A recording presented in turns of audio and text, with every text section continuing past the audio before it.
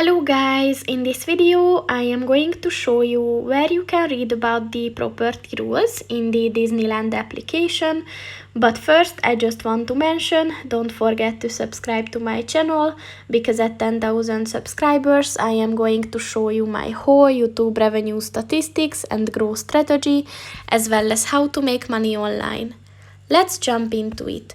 First of all, open the application on your phone.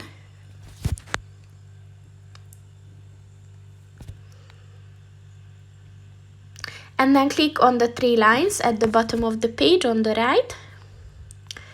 And then scroll down and look for the property rules button and click on that.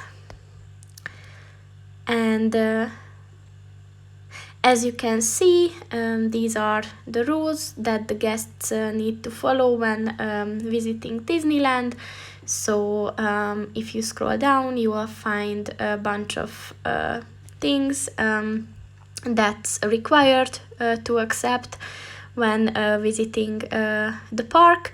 Also, you can read about prohibited items, prohibited activities, animal policies, company rights, and so on. So that's pretty much it for this video, guys. See you in the next one. Goodbye.